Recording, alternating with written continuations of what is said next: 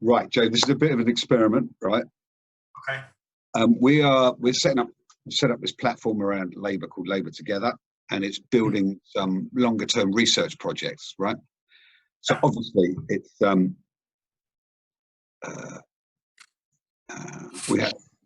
it's necessary nowadays to have one on the future of work. And we thought it would be good to have a conversation with you around how you see this terrain, right? And I find it very interesting because for a long time, a lot on the left, if you weren't that interested in the question of the future of work. It was all to do with labour economic aggregates, labour market statistics, not much about the quality of work. And there's been quite a transformation over the last few years through a number of publications like James Bloodworth's Hired, for example, the whole gig economy explosion, Theresa May's Burning Injustices speech, the Taylor Review. So the quality of work is moving centre stage in politics, right? Now, your work, obviously, in terms of the fair work, the good way you can explain your work progress. I know you've got a number of different hats on here and publications coming up. But I'd just like your take on what accounts for the centrality of work now politically, because it was been neutralised as a political terrain for quite a while. Yeah, I think that's very true. And when I was a PhD student, which was 5 or so years ago now, I was the only person in my department doing anything on work. So I was really considered a kind of outlier to be interested in work, which I kind of think, for social scientists, for people on the left, you would assume there would have been more interest in the thing that we spend most of our lives doing and kind of shapes our interaction with the rest of the world. And I think what we've really seen in the past few years is a return to people thinking that what might be happening in work is worth paying attention to. And I think there's been a huge kind of burst of interest, which I think has been triggered around, which perhaps we can talk more about later, questions of automation. Yeah. That suddenly the prospect, whether we believe in this prospect or not, but the prospect of work disappearing or changing substantially, I think has resulted in a huge renewed attention in what it is that we're doing when we're at work. So in a kind of weird way, the idea of work disappearing has created lots more interest in what people are actually doing. And yeah, I think over the past few years, as you say, there has been a renewed attention to the kind of research on work that I think is the most important way to do it, which is qualitative, in-depth work that pays attention to what workers think about their work, what they do, what they feel about work, which for a long time there's been very, very little attention on it. Right, can I jump in on that, right? Because let's drill into this a bit more, because I came out of personally speaking, I came out of a tradition which focused in on industrial relations research as the cornerstone of post-war social democracy, right? There was what was called an Oxford School that was based around Nuffield College, which moved into the Industrial Relations Research Unit at Warwick University, which informed the Donovan Royal Commission. That was 50th anniversary last year, 1968, which came out of the post-war sort of analysis of the British disease, if you want, of shop steward power, wage drift, unfair labour practices at work, which accounted for the comparative productivity disease, productivity problem, and therefore informed all sorts of royal commissions, a whole series, for 20 years, labour market reform, National Board of Prices and Incomes, productivity bargaining, all sorts of interventions around labour law.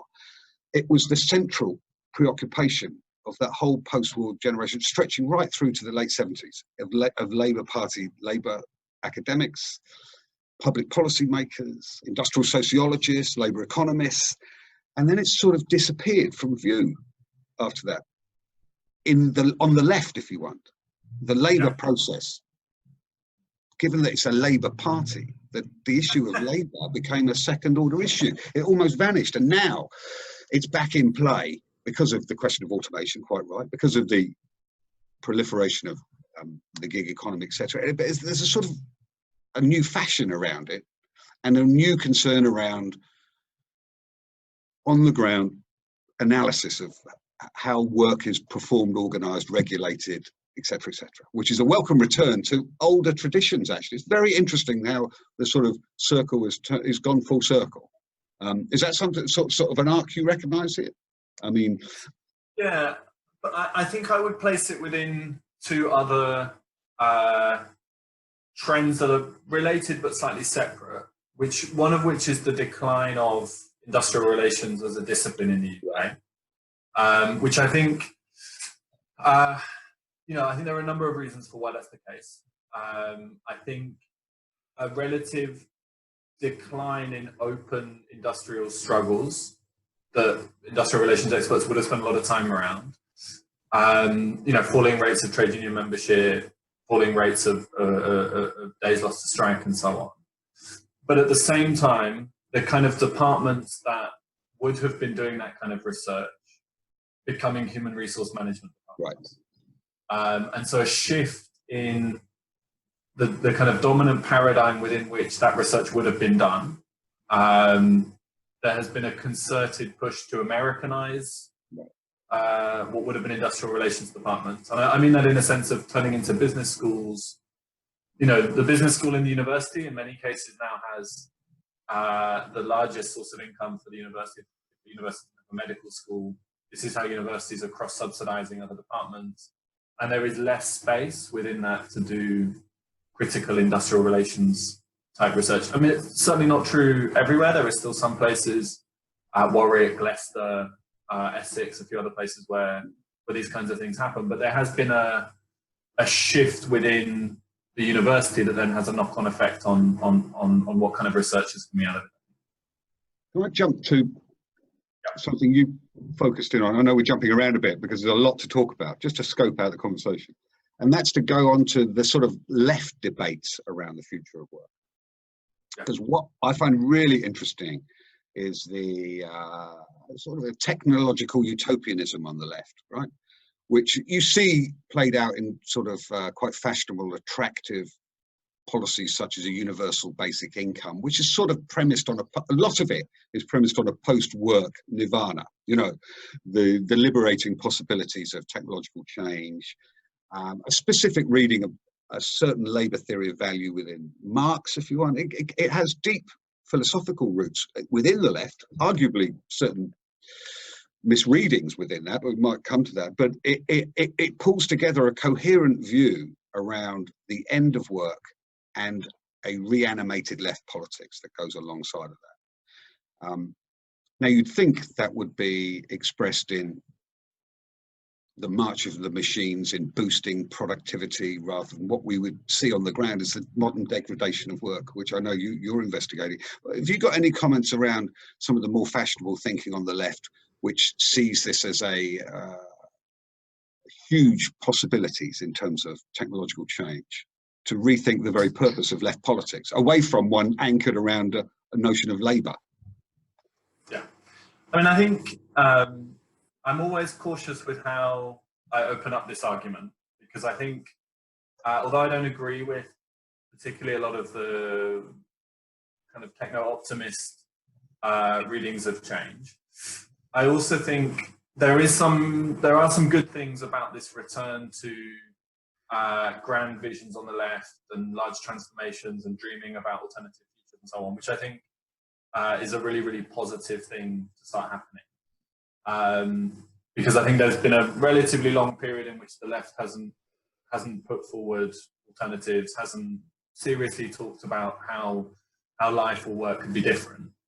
I think the problem is, from my own position, technology isn't going to solve the problems within the social relations we have in society. Technology comes out of those social relations and is shaped by them, and is then intervenes back into social relations in various ways. So, I find these kind of accelerationist arguments about, technology will free us from the current problems of capitalism not very convincing. And I think, whilst we're beginning to open up like what a politics for labour in the kind of work sense means, there's a risk of losing who are the agents of change within that. and saying this is just about new kind of technologies, these will be the agent of change. Whereas I think it's a much, much more positive way to start from how people who are going through these degraded working conditions can play a part in transforming the world. For me, that's much, much more exciting than new forms of automation or you know, genetic engineering or whatever it is, because it's if normal people have a say in their lives, that's how we can get the kinds of technology that could transform social relations. Excuse the bell in the background, because there's a sort of vote going on, which I don't have to go to, thank you. Tell us about the Fair Work Foundation work you do, because it's sort of this notion of good work is again very much in play now, and credit to Matthew Taylor and his review of modern working practices, which has put this in play. Talk a bit about some of the work you're doing in this space. So one of the things that we've been working on is this focuses on platform work. So food delivery, taxi platforms, and although they're not very big in the UK, domestic work platforms. So kind of care work and cleaning work that's distributed on via a platform. And what we've decided to do is because these platforms attempt to homogenize working conditions across different places. So Uber attempts to make driving a cab more like driving for Uber, whether it's in South Africa, in India, or the UK, or wherever, is to try and think what could basic standards within this kind of work look like. So standards that, you know, around pay, around conditions, around contracts, how you're managed, and around representation. And really, for me, the inspiration comes from the Living Wage Foundation in the UK. The setting of an independent wage level above the minimum wage has been taken up by hundreds of thousands of workers in different workplaces and so on as the kind of first acceptable level you can bargain over. You know, if you want better conditions or better wages, you have a kind of independent level you can look at. And so what we wanted to do with the Fair Work project was to say, well, what would those kind of basic standards that then people could ask for at work, but related to a series of different parts of the labour process, essentially. And then we have been testing it in India and in South Africa, which obviously have very different labour markets to the UK. And attempting to use a ranking between different platforms to pressure some platforms to introduce best practice from elsewhere, but then also using it with workers and worker representatives to talk about the kind of things they should or they could push for when they're asking for better conditions. So it's a kind of not regulation, because I actually think, you know, states should be regulating this work, but a kind of framework through which we can make sense of working conditions, but also how they can be improved. And how are you getting into the sectors? I mean, where is the agency in notoriously unregulated sectors like this? Where is the prospective union organisation?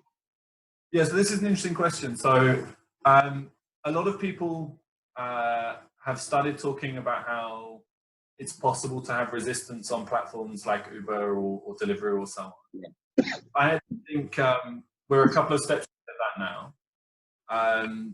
There's been lots of worker activity on these platforms. So when we were in South Africa, we met groups of workers who told us they'd never been in a union. But then when we asked them if they'd ever been on strike, they said, of course we have.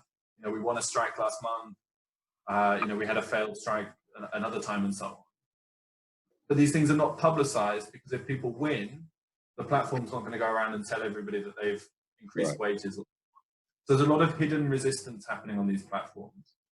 And in lots of cases now, there's not so much unions. The only real union that's been established for gig work is some of the IWGB branches in the UK and the work of the New York Taxi Workers Alliance in the US. But worker networks beginning to form that hold protests, that are starting to think what it means to try and bargain with a platform. Right. So the idea is that, you know, what use could academic research play in helping to support some of these kind of nascent movements? And what about the relationship between the traditional forms of union organisation themselves? I mean, this is a slightly, it can prove quite an uncomfortable, challenging series of innovations necessary to sort of reset a more agile form of organisation. Yeah. Yeah, I mean, I do a lot of work with IWGB in the UK, Yeah. which is one of the smaller independent unions. I'm also a member of the Lecturers Union, which, although not on the scale of Unite or Unison, is very much a kind of mainstream traditional union. And I think one of the big challenges at the moment is many of the organizational innovations are coming from these smaller unions that are showing you can successfully win in these kind of precarious outsourced jobs and so on. You can build campaigns with workers leading them. You can win in some cases. But there's a question of how those examples and those successes can then be generalized by the bigger unions, because I think too often the small unions are seen as a threat, right? Because they're outside of the TUC and so on. So I think there's a risk that the trade union movement diverges, and I think both sides would, neither side would benefit from that happening. But this, as you say, is a kind of, many unions have established areas where they've been used to working for a long time, and these things become territorial and so on. Yeah, and I mean, the reality is, I remember years ago, when Labour came in '97, and probably the more enduring element was the architecture of the Low Pay Commission itself, which was very much within that tradition of post-war social democracy, to create intermediary institutions to bring sort of co-determine wage levels and especially in the fight against low pay, and that has proved quite a resilient institution compared to, for example, the relative successes of our trade union recognition procedures of '99, which didn't really work, even though they were the key priority of the unions at the time. So it throws up key challenges in terms of a future Labour government's approach to extending collective bargaining into unorganised sectors, whether a more traditional form of trigger union recognition procedure needs to be revisited. What is the ways of stimulating organisation and protecting organisers? It creates it should be quite a fertile area for the left now in terms of rethinking union organisation and mobilisation. Obviously, it might be resisted by some of the more traditional parts of the union movement, but others will go with the grain of it because they'll see it could be a new series of opportunities for extending collective bargaining in more interesting ways. Have you got any thoughts about a future legislative route through this? Yeah, I mean, I think there are clear problems with how collective bargaining and recognition is dealt with at present in the UK. I also think that there are many cases where, I think there are two major issues. I think the first is, so as an academic, I've been involved in lots of attempts to organise cleaners in universities, outsource cleaners and so on. And the fact that I can't go on strike to help defend a victimised cleaner or to help bring cleaning contracts back in-house, I think is a kind of major issue. And I think the ban on secondary action, stronger sections of the labour movement, or at least more established sections of the labour movement, being able to express solidarity with more precarious areas or to support in various ways. Now, I know John McDonnell has said that if a Labour government were to happen, one of the things that would be repealed is the ban on secondary action. But I think it's not just the fact that it would allow people to strike on things that are not directly related to their own contract. I think it's also more about rethinking what the trade union movement is and how it shows solidarity, the ways it, the relationships it has with other parts of the labour movement and so on. And I think it would help to build cultures of solidarity around how we as a collective think about our working conditions across different kinds of work. Then I think the second thing, did you want to jump in there? No. I'll come back to that because that is fascinating.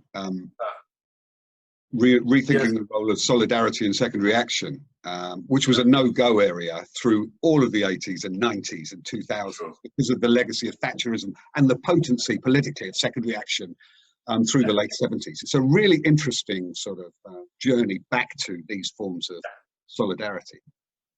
Yeah, I mean, the number of times I have to explain to people why we're not allowed to do these. To many people, it makes sense. You know, you're a trade unionist, something bad is happening over there, why can't you do something about it? It's a kind of, I think to many young people, it doesn't make sense why it's, well, I think they know why it's outlawed, but, you know, it's a logical kind of progression of building solidarity in some ways. The second thing that I think would make a huge difference is following the recent ILO recommendations on who has the right to collective bargaining and the right to be in a trade union, which the ILO recommend that everybody, regardless of employment status, should have the right to collective bargaining and should have trade union rights. And I think one of the problems around regulation at the moment, and I guess here I'm mainly talking about bogus self-employment, so Uber drivers, delivery drivers, agency workers of various kinds, is we get caught in this regulatory trap of, we don't think they're employees, we don't think they're self-employed, you know, they must be this intermediate worker status of some kind, maybe they get some rights if they do that. I think it ends up getting caught in, you know, I mean, the Uber drivers have been in and out of court for 3 years now. The delivery drivers about a similar time. I think it's just much easier to say, actually, we believe everybody should have worker rights, and just make that a baseline that, you know, you should have the right with your colleagues to improve your terms and conditions, and everybody should have the right to trade union representation. I don't want it to sound too much like a magic bullet, but I think what it does is it looks at this regulatory problem and says, rather than trying to, you know, navigate all the way through it with very, very expensive lawyers from the past of Uber and so on, it's just to say, actually, we believe everybody should have this right. It's really, really interesting. So you go in search of more foundational propositions in terms of your rights, rather than, for example, up to a few years ago, we were trying to play around with what used to be known as a revised Schedule 11, that you could extend collective bargaining terms into specific parts of sectors, and you try and weave your way through by ever more creative devices to get out from under the weight of the restrictions on a trade dispute, the lack of union organisation. And you also use procedural justice through the European courts as well. Now that's shifted as well. And I was going to ask you what role there was in Europe, because the debates around Brexit, on the one hand, we say the right is going to see a bonfire of regulations. And on the other hand, the left tends to view a European social model that has been whittled away over the years, actually, and tend to forget Viking, Lavelle, all of these sort of interventions through the European courts, that it's not a panacea from Europe either. You know, this is going to be driven by domestic legislative reform rather than from some sort of through the European courts as a sort of remedy, it seems to me. And I'm really interested in the way you're going to these sort of basic rights, individual human rights almost, to be to be represented and organised, rather than the traditional routes that arguably the right has outmanoeuvred the left on over the last 30 years. Definitely. And I mean, I guess from doing some of the stuff around fair work and thinking about, you know, Indian labour law is very complicated. It's very different to labour law in the UK or Europe. South Africa, again, very, very different legal framework. I guess this has led me to kind of thinking about what kind of things you could do that would work in the UK, but then might also be kind of useful starting points elsewhere. And I think in terms of when we think about these regulatory changes, I think for me the most important thing is what can we do when we talk about regulation kind of away from the workplace to enable people in the workplace to be able to think of how they can make changes that will improve their working conditions. I think the best kinds of innovations will be the ones that empower people to be able to act in their own workplace, because forms of industrial democracy like that, which I guess is probably sounds like a more antiquated way of saying it, but having democracy at work then enables people to engage in democratic procedures and processes elsewhere. And these things help to build, they are the groundwork upon which the left can conceive of running things differently. If we can't get it right at work, there are a whole series of problems that flow from that. That's really, again, I find this really interesting route through these pretty thorny issues that bedeviled the British Labour movement, actually, is you're now going into another route I wanted to ask you about, is the role of a wider industrial democracy within this, which has always been, free collective bargaining was always the British route to class reconciliation and going back right through to 1906, it was literally the Labour Party was created to keep the law out of industrial relations, to create independent trade union strength rather than co-determination at work as the route to material gains for the British working class. And now you're reimagining it through fundamental human rights to be represented, plus a much more creative approach to industrial democracy, which has always been off limits to the British Labour movement traditionally. We had John Silkin had a really tepid post-Bullock green paper or whatever. That was it. There was never industrial democracy. But now you see with John McDonnell, new forms of ownership. 30 years ago, Labour rejected a Meidner plan, widening share ownership, workers' ownership funds, didn't get in the manifesto, but now it looks like it's going to be centre stage. And this is quite a radical rethink across the left. Maybe yeah. got some views on it. I find this really is quite a radical, compelling route that's being gradually built for Labour today. Yeah, I mean, I guess some of this flows from the kind of work that I've been doing in the UK with groups of workers who are starting to organise or are kind of new to organising or so on. So particularly over the last year, I've been working with video game workers who form their own union, who are a very unusual group of workers in lots of ways. They're kind of tech workers, they're relatively well paid. They work in an industry that they love to work in and so on. But what's interesting about the organising that they're doing is, rather than the first question being we want to bargain over pay rate, or what's happening in the universities at the moment, which is pensions, is the major bargaining thing that we've been going back and forth for 10 years or something on, is what they say is, well, why do we not have a say over more of how games are produced? Why do we have to work very, very long hours because managers can't work out a plan effective enough to deliver a product on time? Or like, why are women treated differently in the industry? Why are minorities treated differently? It's a lot of the questions that young trade unionists who are getting into the idea of organising are asking much bigger questions about work than just, we'd like £1 more an hour, or we want more holiday days or whatever. And so I think, whilst we can kind of look at the overall trade union membership levels to say, well, they're at the lowest they've been in such a long time, many forms of collective bargaining have not delivered above inflation pay raises. It looks like on the bigger picture, collective bargaining isn't delivering many things at the moment. Is the new kinds of organising that are happening are showing what collective bargaining could look like. Why can't you collectively bargain over control at work? This is something that, when we think about the introduction of technology, is in many, many workplaces, there isn't effective bargaining around technology. Instead, these things are about saving jobs, pay raises and so on, but not talking about those bigger questions. But I think to people who are learning what organising means, these are the kinds of questions they want to ask. And I think it shows a lot of potential in what collective bargaining, not to sound too kind of corny, but what could it mean in the 21st century? How could that then feed into other questions in society? Absolutely. Which seems to me to be, you can gradually see a series of debates or interventions around the labour market, which cumulatively could add up to quite a dramatic reimagination of a left and industrial politics on the left, which I haven't seen for a very long time, actually. And that is a source of, and it's quietly sort of percolating. It's not being widely commented about.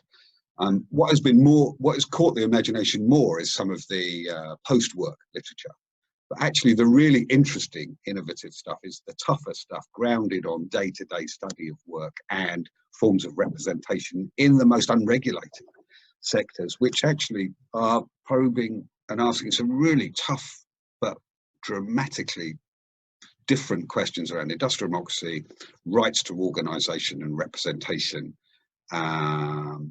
and the regulation of industry itself, which is something that's been off limits to the British Labour movement for many, many years, and could be a source of also a sort of generational rebuild on the left as well, because it taps into some sort of age demographic questions, which I know interest you as well, in terms of younger people getting involved in these questions of union organisation and the regulation of work itself. Yeah. Yeah, and I mean, you know, don't get me wrong, I would love a future with less work or no work or so on. And I think it's a good debate to be having.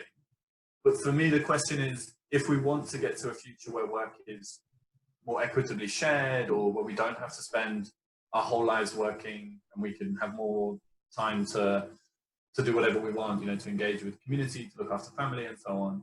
The question of how we get there is a question of industrial democracy. Right.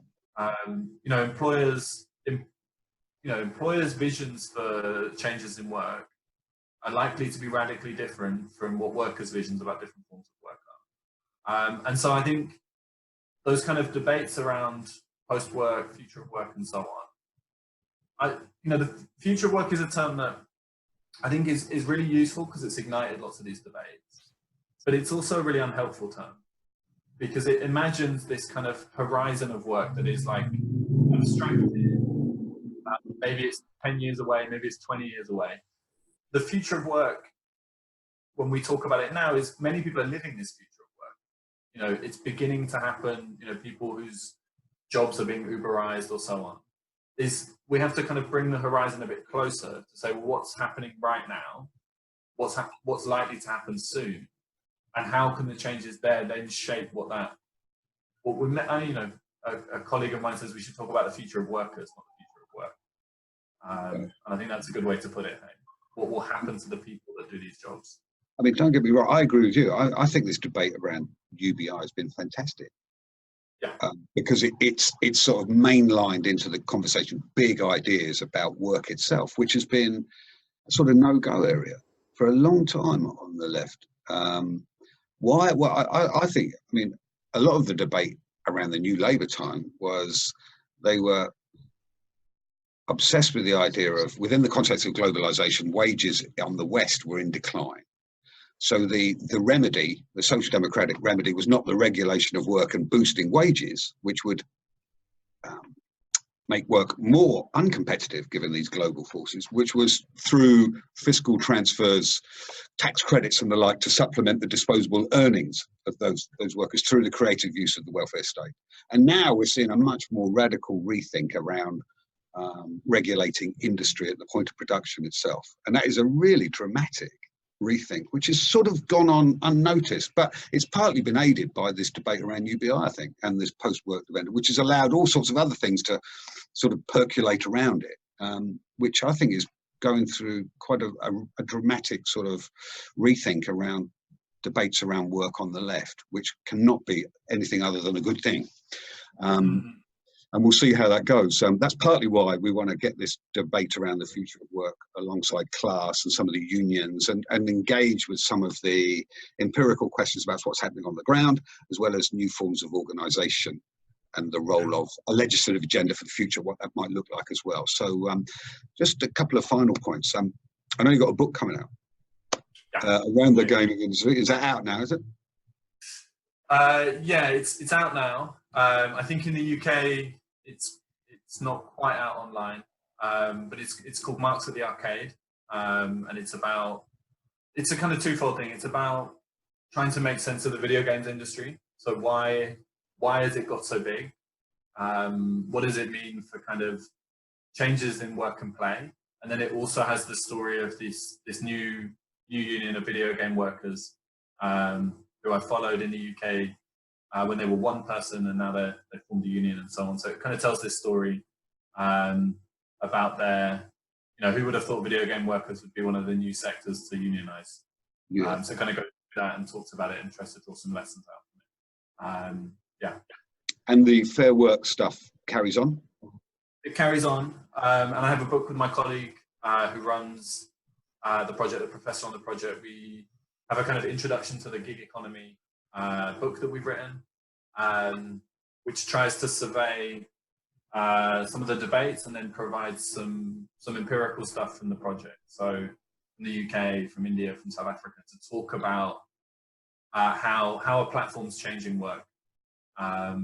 But we're kind of aiming it as a kind of introduction to the debates, because I think these kind of buzzwords, they need a bit of unpicking and kind of rooting back in the material world. So that's what we've tried to do. That will be out in October or November.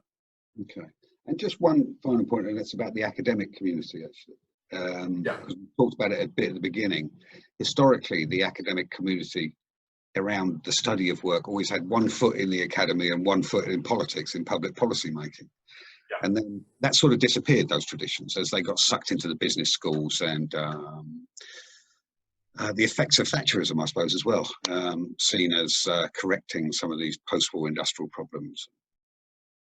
Is there a growing academic community that are becoming focused in once again on the future of work and the nature of modern work and the regulation of work and the future of the labour process and debates around forms of organisation and wider issues of economic inequality and industrial democracy? Is this, is there a burgeoning academic interest in these sorts of issues that we as politicians can draw on? That's basically what I mean, because at its best, Labour has always had a coalition of people in and outside of the academy that's helping around labour market thinking. So I think there definitely is. I think, as we were saying earlier on, I remember being the only PhD student doing something on work and it being considered a kind of very old-fashioned thing to be interested in. And I think now there's been a huge growth in the number of academics who are doing stuff on work. Right. I think particularly the growth of things like Uber and Deliveroo have kind of started a wave of young academics working on these things. I think the issue is perhaps because there aren't industrial relations departments in the same way that there were. This is a kind of quite a diverse, dispersed group of people working on things. And so I guess what I would say is there are still people who have one foot in the academy and one foot around policy things. I know quite a lot of people are involved in the Labour Party in various ways. But I also think, and I think this is something that hasn't happened in a long time, is a growing number of people who have a foot in the academy and a foot in organising in some way. So working with unions or groups of workers and seeing that, academic theory should have a use and should be put to use, and kind of tested through actually, do these ideas about new forms of work and organising have any purchase in the real world? And for me, that's a really, really exciting thing. Partly because I don't want to sit in university all day just writing and sending emails and so on. I think we should be out doing things, but it also means that it has a connection to a practice in a way that has been severed in the academy in lots of ways. Which I think, is exciting. You can have interventions in policy, but we should also have interventions in the workplace and with groups of workers too. Well, I must admit, I'm just from where I sit, I think there's a really exciting sort of tributaries in towards a new labour market policy agenda in and around labour and the left, which is rethinking some of the major fundamental propositions that have driven Labour Party thinking since its very existence, and which focuses in on much more qualitative issues about the nature of work performed, how it's regulated and organised, and its future, which I think is a fantastically sort of fertile space for the Labour Party if we can sort of build that community and shared diagnosis and a policy agenda out of it. So look, thanks Jamie for all of that, and maybe we can keep in touch as this project we're building around Labour Together develops. Yeah, I'd be very keen to stay in touch about it. And yeah, always nice to have a chat about work, All right, mate, thanks. I'll just